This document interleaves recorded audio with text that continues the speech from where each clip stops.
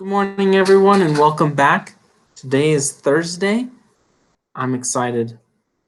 One of the things that I've missed the most about being away from you guys is not being able to read to you.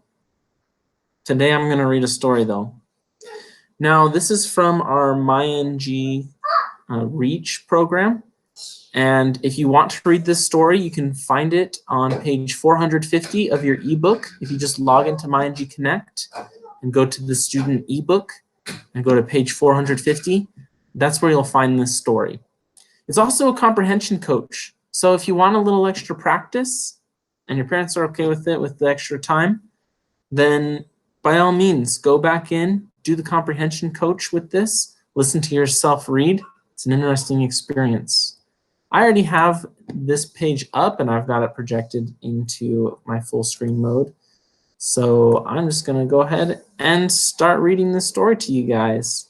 This is Selva Kumar Knew Better. The December day in South India dawned like any other, kissed by the sun. Papa came back with his boat full of fish. Mama made breakfast for 7-year-old Dina Karan, Dina Karan and his 2 little brothers. The day seemed like any other day, but Selva Kumar knew better. Selva Kumar felt a rumbling in his belly. His legs were restless, and his scruffy yellow fur stood on end. His ears perked up, listening for the sound that had already started. His family didn't notice. Papa was busy unloading his catch, and Mama was hanging her laundry.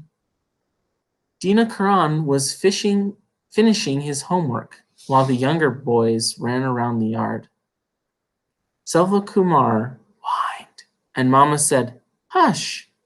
Selva Kumar barked, and Dina Karan complained, "Quiet, I'm trying to concentrate." Oh, I'll tell you what, I can relate right now to these characters. When I'm making a video and my dog starts barking like crazy, that's all I say, "Quiet, I'm trying to concentrate." Anyway. Suddenly, a strange roaring began. Mama thought that a thunderstorm was coming, but Dina Karan and his brothers thought that it was an extra loud train. They ran to a nearby building's roof to investigate.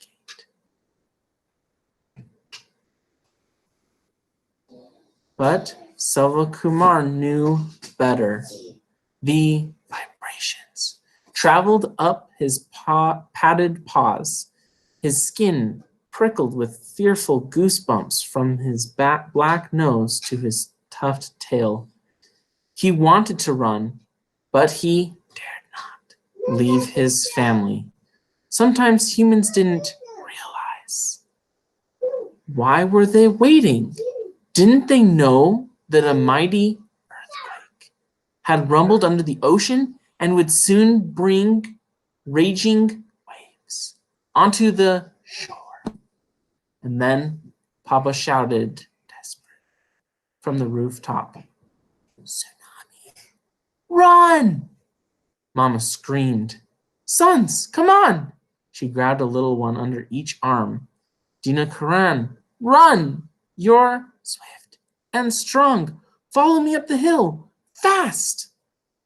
But the roar had gotten louder, cutting off her words. All that Dina Karan had heard was, "Run!"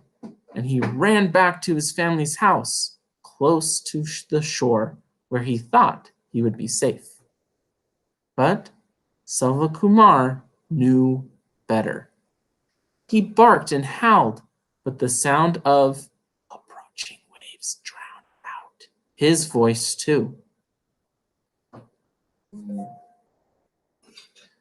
Selva Kumar nipped at Dina Karan's heels, but the boy wouldn't budge. "Go," Dina Karan shooed the dog away, but Selva Kumar knew better. and would not give up. He grabbed Dina Karan's shirt in his teeth. He pulled and tugged until his teeth hurt.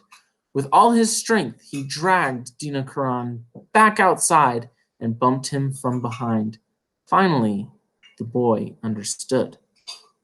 Selva Kumar ran toward the hill, looking back to make sure Dina Karan was following.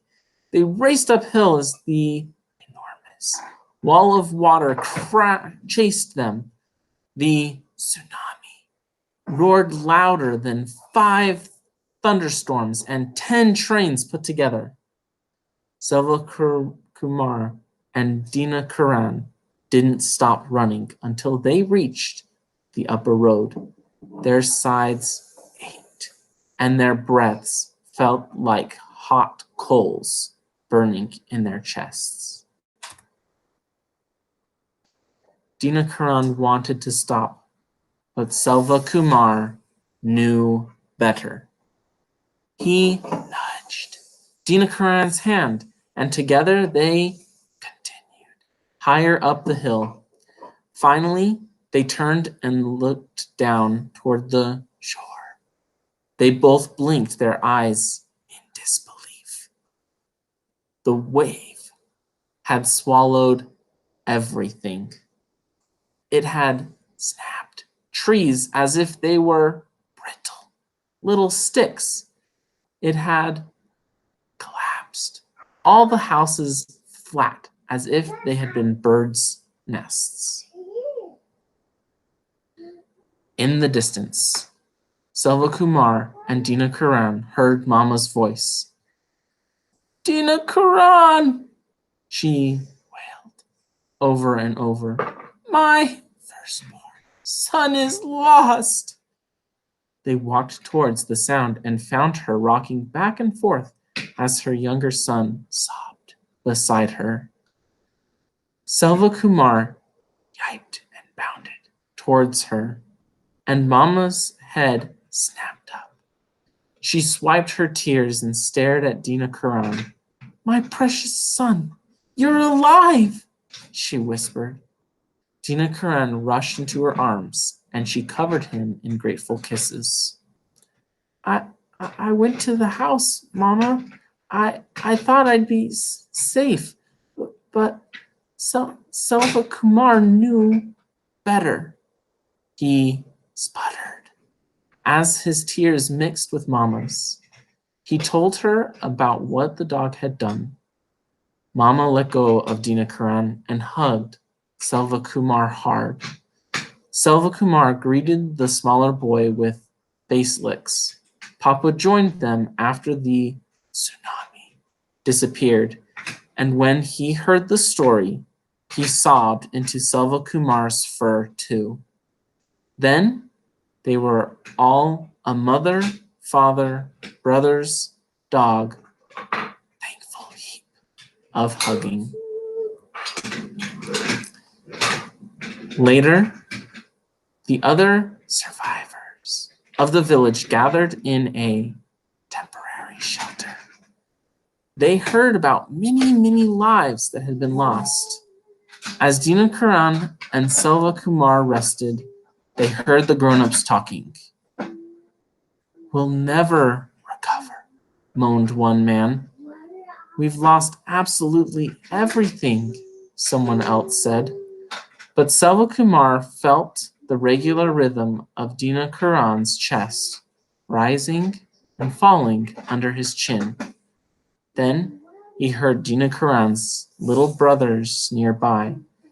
He smelled the familiar scent of Papa and Mama, and Selva Kumar knew better.